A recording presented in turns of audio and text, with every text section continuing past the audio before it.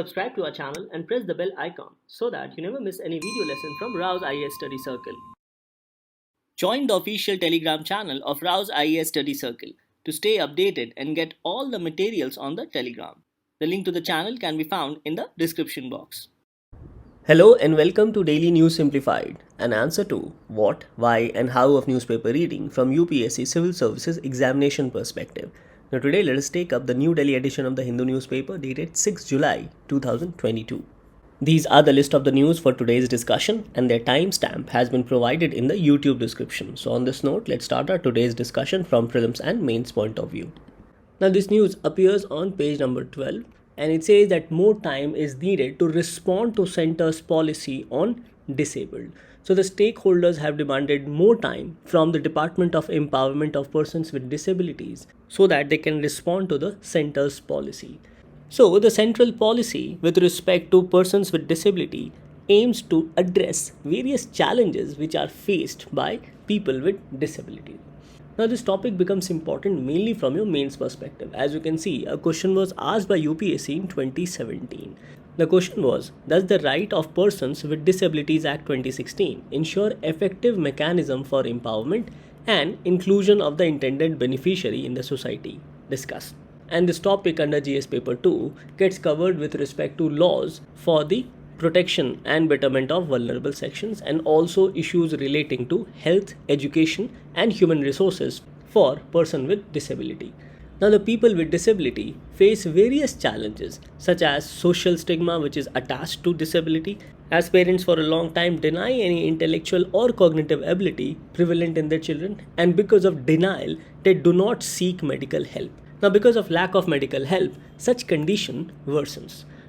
Now another challenge faced by people with disability, particularly children, is the form of discrimination which they face and also the aspect of social boycott, as their parents do not want to take them into social gatherings. Now such social boycott deprives such children with disability of social contact and it also impacts their abilities and skills. Now apart from this, disability is often associated as a superstition or associated with black magic. So black magic at times is used to cure disability, but unfortunately it rather aggravates any form of disability because of lack of medical attention or medical help. Now apart from physical and social challenge, there is also a challenge with respect to denial of rights. For example, such people hardly get a share in the property and also the fact that they are discriminated, which results in violation of Article 15 of the Indian Constitution. Now regarding persons with disability, according to the 2011 census, 2.68 crores people are disabled, which means that roughly 2.21% of Indian population has some form of disability or the other. Now this is less as compared to the global average of 15%. Now regarding their literacy, overall 55% of people with disability are literate. Now this includes 62% male and 45% female. However, regarding education, only about 5% of PWDs are graduate and above. And the census data further shows that only about 36% of people with disabilities are employed, of which 47% are male and 23% are female. Thus, there is a need to focus on the aspect of education for such people with disability so that they become employable. And one of the aspects through which this can be done is by imparting various kinds of skills to such people with disability. Now regarding International Convention with respect to disability, there are two conventions, namely the United Nations Convention on Rights of Persons with Disabilities and Incheon Strategy for Asia Pacific Decade for PWDs 2013 to 2022. And India is party to both these conventions. And based on these international conventions, the Government of India has drafted 4 important legislations so far. These include Rehabilitation Council of India Act 1992, National Trust for the Welfare of Persons with Autism, Cerebral Palsy, Mental Retardation and Multiple Disabilities Act 1999, the Rights of Persons with Disabilities Act 2016, and Mental Health Care Act 2017. Now the first 3 legislations, that is these, are dealt by Ministry of Social Justice and Empowerment, whereas the Mental Health Care Act 2017 is dealt by Union Ministry of Health and Family Welfare. So, in order to achieve the goals of these two international conventions, the Government of India has come up with a draft policy mission.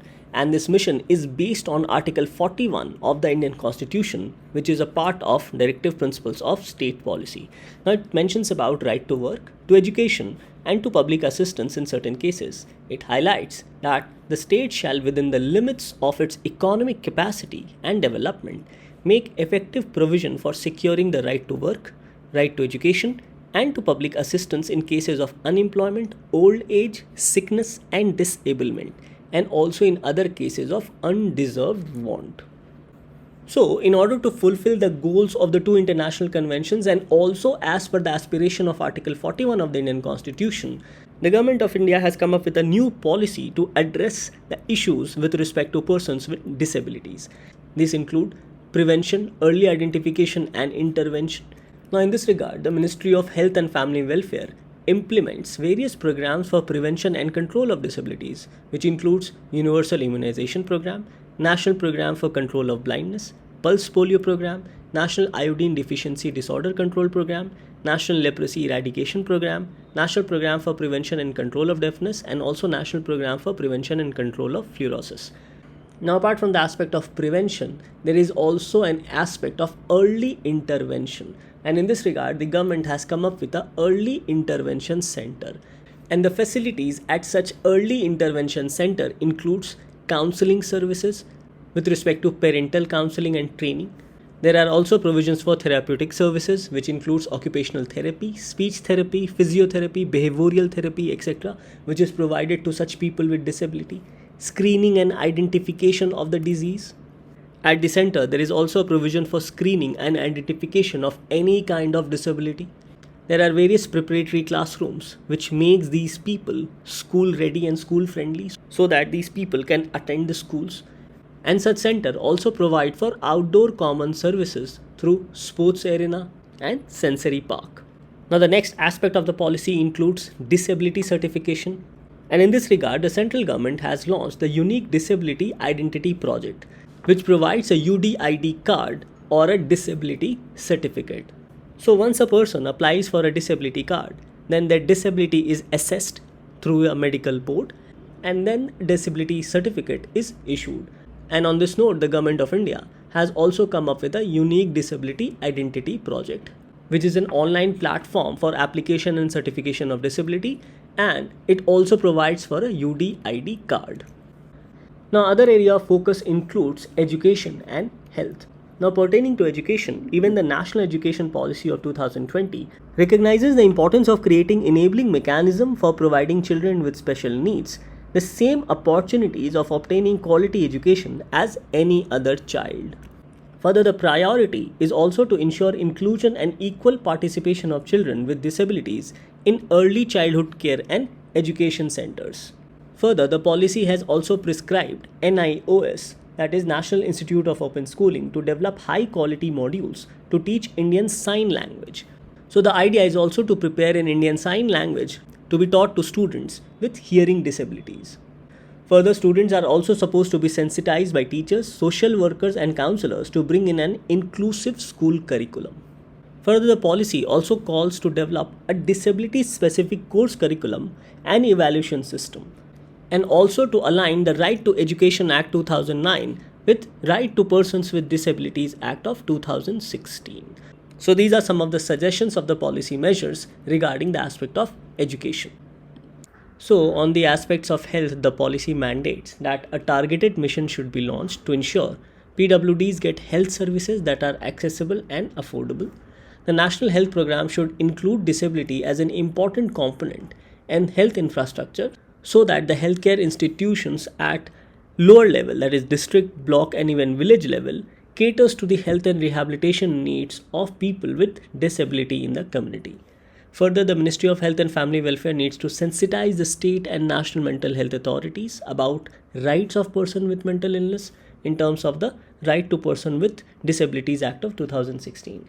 Further, there is a need for closer coordination among various departments of the government, such as social welfare departments, state commissioners for PWDs, and mental health care authorities.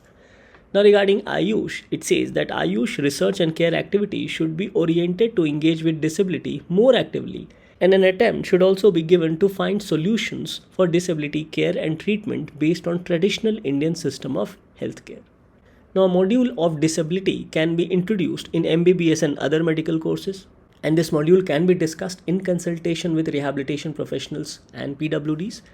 Now it also talks about alignment of Ayushman Bharat Pradhan Mantri Jan Arogya Yojana with the Right of Persons with Disabilities Act 2016, as the program should aim at universal coverage of PWDs, including provision of therapeutic services for PWDs. So this is a very important suggestion of this particular policy. It further says that disability-specific health research should be given adequate focus with the objective of prevention of disability, latest technological intervention for treatment, and improved mobility, including home-based therapeutic solutions. Further, it talks about linking of all healthcare institutions to a common database of PWDs under the UDID project, which we have just discussed. And a mechanism also needs to be developed to find out the progress of disability-specific health status across India. So these are some of the important suggestions with respect to the aspect of health. Now moving to another very important aspect of skill development and employment opportunities for people with disabilities. So it highlights the need for a dedicated portal at national level for the purpose of employment, and such portal shall be developed with all advanced accessible features to meet the highest standards of accessibility. So at this portal, all the people with disabilities can find out about jobs, the location of the jobs, and also the nature of jobs which are available. And in this regard, every government and private establishment will report their vacancies and other details to Ministry of Labour and Employment for updating in the portal. So if any job is available, such job will be updated at the portal of Ministry of Labour and Employment. It further says that though the central government has launched National Action Plan for Skill Development for PWDs since 2015-16, the campaign still needs to take off on a large scale. So there is a need for awareness about this particular campaign. It further says that the Department of Personnel and Training will need to strengthen its portal for capturing information regarding recruitment of PWDs in central government establishments, and the DOPT shall come up with an equal opportunity policy which shall be followed uniformly across all central government enterprises. Similarly, the Department of Public Enterprises and Department of Financial Services shall also develop an opportunity policy for central public sector undertakings and public sector financial institutions respectively. And the states and union territories will also take similar steps in order to develop an equal opportunity policy for PWDs. So these are some of the important highlights with respect to skill and employment opportunities for people with disability. Now regarding the aspect of accessibility, it says that India became a party to Incheon strategy on Asia Pacific decade for persons with disabilities, and goal 3 of this particular strategy lays thrust on creation of barrier-free environment for persons with disabilities. And this goal aims to enhance access to physical environment, public transportation, knowledge, information, and communication. It also emphasizes that accessibility of urban, rural, and remote areas based on universal design increases safety and ease of use not only for PWDs but also for other members of the society. And based on this Incheon strategy, the policy provides for the following guidelines. It says that all local body building bylaws shall incorporate accessibility standards specified under the harmonized guidelines for barrier-free environment and space standard for PWDs and elderly, or those specified under the National Building Code. It further says that all central ministries, departments, and state governments and UTs shall ensure that every new public buildings conforms to accessibility standards at a planning stage. All public transportation system, including passenger bus, train, etc., must have accessibility features, and the old one shall be phased out in a time-bound manner. And in this regard, accessible cab facilities shall also be made available at airports, railway stations, bus stops, etc.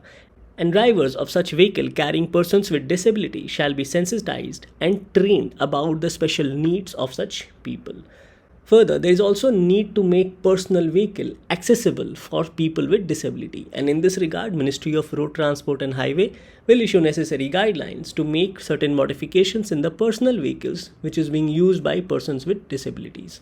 And lastly, it says there is also a need for use of sign language interpretation in meetings organized by states, union territories, and other ministries and departments, and this shall be made mandatory. So these are some of the important suggestions of the policy which is based on the Incheon strategy goal 3.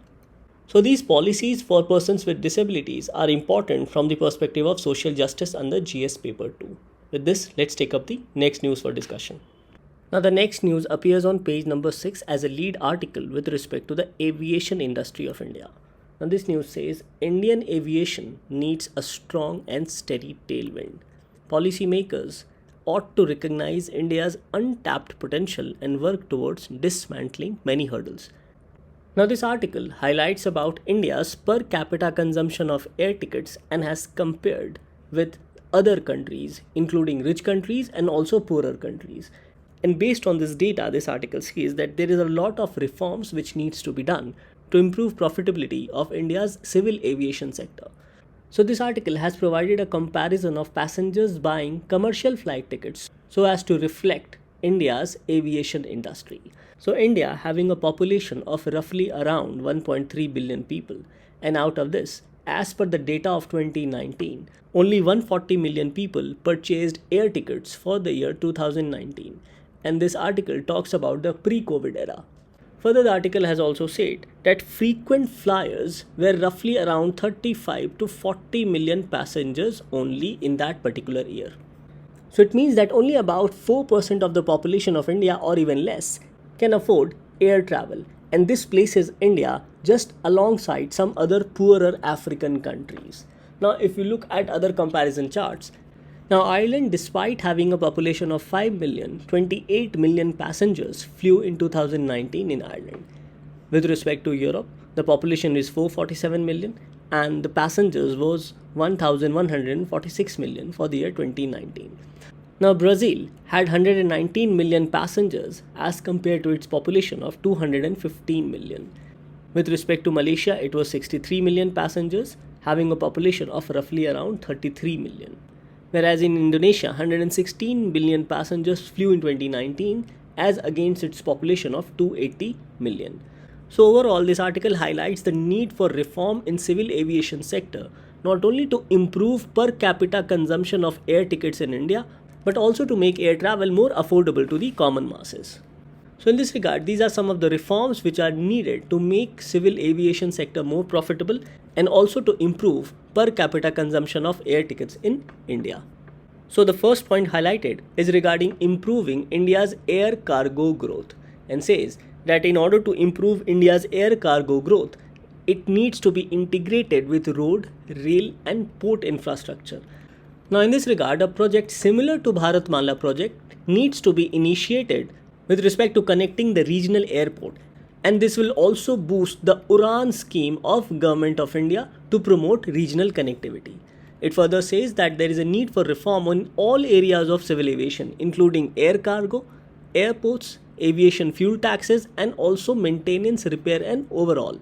Now because of increased fuel charges in the international market, air travel becomes costly. Now another area of concern highlighted in this article is regarding MRO. Now MRO stands for maintenance, repair and overall. Now this article says that suppose certain part of the aircraft needs to be repaired. So such parts which are being imported into India, on such parts high customs duty is charged. And because of this, the MRO work in India becomes very costly due to increased customs duty and also other taxes. So these aircrafts, in order to save these extra costs, they send their aircrafts to say Dubai, Singapore or Germany for MRO work or any maintenance, repair or overall work. Now because of this, India loses a substantial amount of business, and even at these international airports, some of the employees doing MRO works are Indians. So the article says that there is a need to reduce tax and other duties with respect to MRO works also. Further, the article also mentions about the need to make charter planes more affordable, and this can be done by flying more charter flights to tourist places. Now further, this article says that certain aircrafts employ foreign pilots, And this also becomes one of the reasons to escalate cost. So in this regard, there's a need to employ Indian pilots and technicians rather than hiring from abroad to decrease the flying cost so that more people can afford air travel. Now further, this article talks about modernizing the DGCA, that is Directorate General of Civil Aviation, which is India's statutory regulatory authority for the civil aviation sector. Now the article says that the regulatory authority needs to be modernized, well staffed, and these staff must be professionals from the industry rather than bureaucrats. And for this purpose also, the old laws, namely the Aircraft Act of 1934, needs to be revised based on present circumstances. And lastly, the article says that there is a need to improve regional connectivity through the scheme of UDAN. So these are some of the steps which have been highlighted in this article to make air travel more affordable for the common masses. The next news to be taken up appears on page number 11. Now it says Twitter moves court over blocking orders by the government. And in this regard, the blocking orders have been issued under section 69A of Information Technology Act of 2000.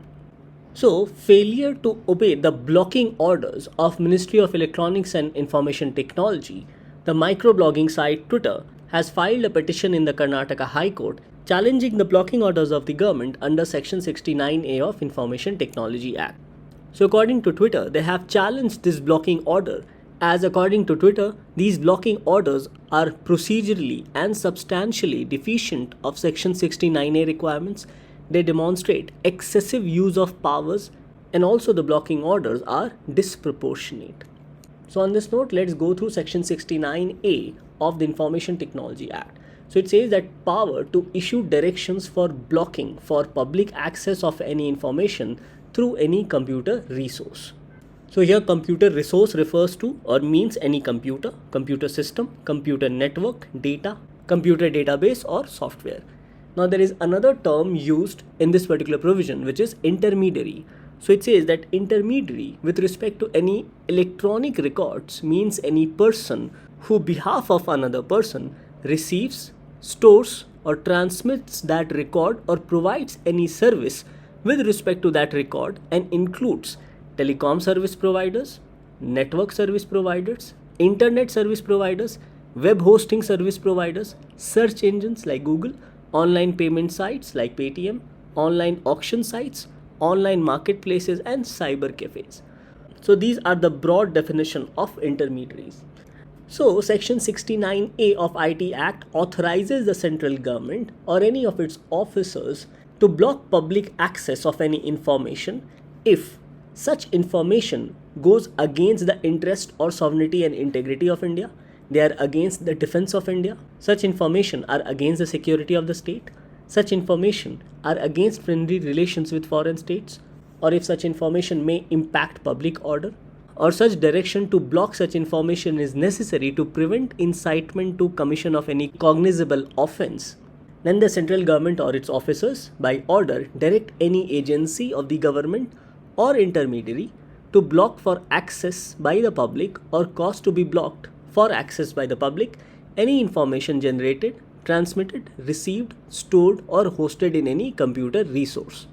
Thus, on these reasonable grounds, the Government of India has power to block any information from public access. Now, the provision further says that the intermediary who fails to comply with the directions issued by the central government here, then such intermediary who do not comply with the central government's order shall be punished with an imprisonment for a term which may extend to 7 years, and also they will be liable for fine. So this is what has been provided under section 69A of Information Technology Act. Now another very important point to remember is that in the famous Shreya Singhal case, section 69A of IT Act was declared as constitutionally valid. Now why it was declared as constitutionally valid? Because it provides for these reasonable restrictions based on which Government of India can take any action, and such reasonable restrictions were absent in case of section 66A of Information Technology Act, and because of that section 66A was declared constitutionally invalid. So here you basically need to know about section 69A of Information Technology Act and also the fact that in the Shreya Singhal judgment this particular provision was declared as constitutionally valid. Now this topic becomes important both from your prelims and mains perspective. Under mains, it gets covered under GS paper 3, especially with respect to the aspect of security. The next news to be taken up appears on page number 7 in the article section. Now this news says the way to control TB. 3 major deficiencies of the revised National TB Control Program need correction. Now this article says that earlier India had the National TB Control Program of 1962 and it was doing quite well, which was a district-based program with public-private participation. However, once this particular model was upscaled, then it proved unsuccessful. And from here, the goal to eradicate TB became perpetual. Now later, as per the guidelines of WHO, the Government of India came up with revised National TB Control Program, that is RNTCP. Now this article highlights that because this WHO guided revised National TB Control Program did not counter the local factors, especially the difference between a rich and a poor country, hence this was not successful. And because of this, still TB has not been eliminated from India. So regarding the revised National TB Control Program, it is based on internationally recommended directly observed treatment short course or DOT strategy, launched in 1997 and was expanded throughout the country in a phased manner with support from World Bank and other developmental partners. Now under this program, diagnosis and treatment facilities are provided free of cost to all TB patients. Now for quality diagnosis, designed microscopy centers were established for every 1 lakh population in the general areas, and microscopy centers were established for every 50,000 population in the tribal, hilly and difficult terrains. Now this article highlights various problems with respect to revised National TB Control Program. The problems are that there is no prescribed method to monitor the trajectory of TB control. Now another problem is based on an assumption that treating the pulmonary TB patients alone would control TB. However, according to the authors, this assumption is medically incorrect because excessive focus is provided only on affected patients while ignoring those potential patients who might be in contact with the other patient.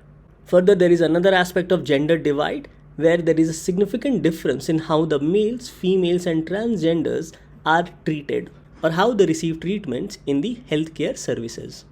Now another set of problem is regarding lack of adequate focus to reduce burden of smoking and lifestyle diseases. Further, COVID pandemic has increased the TB burden in India. Now another set of problem is that most of the patients are from productive age group and hence it directly impact India's productivity. And lastly, the author says that the present programs to eradicate TB do not take into account people's participation. So these are some of the problems which have been highlighted with respect to revised National TB Control Program. Now apart from this, the Government of India, in order to eradicate TB, has come up with a National Strategic Plan of 2017 to 2025. And this plan has been approved by Union Ministry of Health and Family Welfare and it is being implemented throughout the country with the end goal of ending TB by 2025. Now apart from this, even financial support is provided under the National TB Elimination Program. So it says that support of 750 rupees is being provided to all TB patients in tribal notified blocks towards travel support. Treatment supporters honorarium are provided to community treatment supporters who support patients during the treatment. And this financial support is based on successful outcome. So rupees 1000 is provided for drug sensitive TB, rupees 2000 for completion of intensive phase, and rupees 3000 on completion of continuation phase of treatment for drug resistant TB. Now to achieve the end goal to eliminate TB through National Strategic Plan to end TB by 2025, the government is planning to use appropriate strategy with respect to prevention, detection, treatment and building institutions and policies for eradication of TB. And this will also serve for universal coverage and social protection to people suffering from TB. Further, there is Nikshay portal which serves as a national online individual based TB notification and management system. And the National TB Elimination Program was also started to strengthen the overall ecosystem to eliminate TB, such as building testing laboratories, providing anti-TB drugs, coordinating at national, state, district or at subdivisional level. So these are some of the steps taken by the Government of India to eliminate or completely eradicate TB by 2025.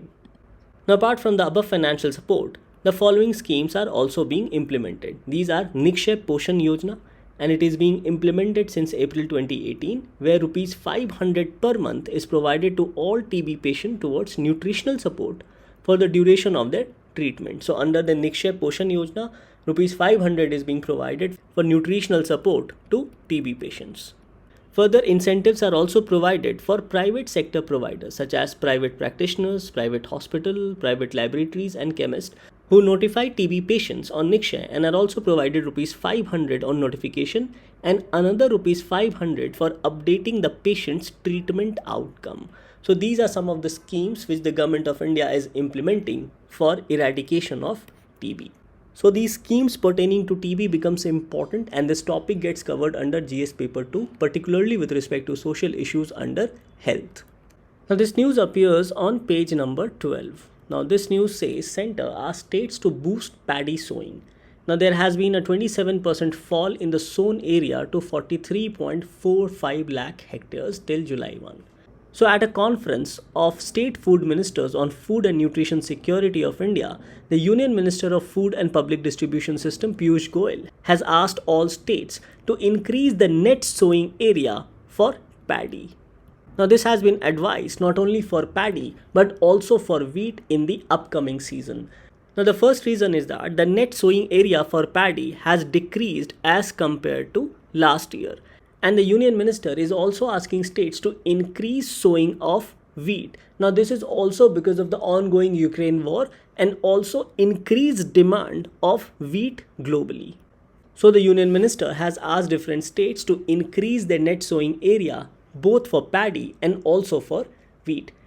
Now in another set of news, the government of India has come up with state ranking index for NFSA, that is National Food Security Act. And in this regard, Orissa, Uttar Pradesh and Andhra Pradesh have been ranked as the top 3 states. And these ranks are basically with respect to the implementation of National Food Security Act. So it says that the central government has come up with the first ever state ranking index to capture the implementation of targeted public distribution system under the National Food Security Act. And under this ranking, Orissa has topped the list of 34 states under general category. So the state ranking index for NFSA has been prepared by Department of Food and Public Distribution under Union Ministry of Consumer Affairs, Food and Public Distribution. The state ranking index for NFSA attempts to document the status and progress of implementation of NFSA and various reform initiatives across country after consultation with states. Further, the index also highlights reforms undertaken by states and union territories and will also help to create cross-learning environment and scale up reform measures by all states and UTs. Now the present index is largely focused on NFSA distribution and will also include procurement and also the Pradhan Mantri Garib Kalyan Ann Yojana distribution in future. Further, the index for ranking of the states and UTs is built on 3 key pillars. Now this covers end-to-end implementation of NFSA through TDPS, that is Targeted Public Distribution System. And these 3 pillars are NFSA coverage targeting the provisions of the Act, delivery platform and also nutrition initiatives. Now regarding the ranking outcomes, Orissa has been declared as the top ranked state followed by UP and Andhra Pradesh at the 3rd place among general category states in state ranking index for NFSA. And among the special category index for states and UTs, Tripura has taken the 1st position followed by Himachal Pradesh, which is then followed by Sikkim.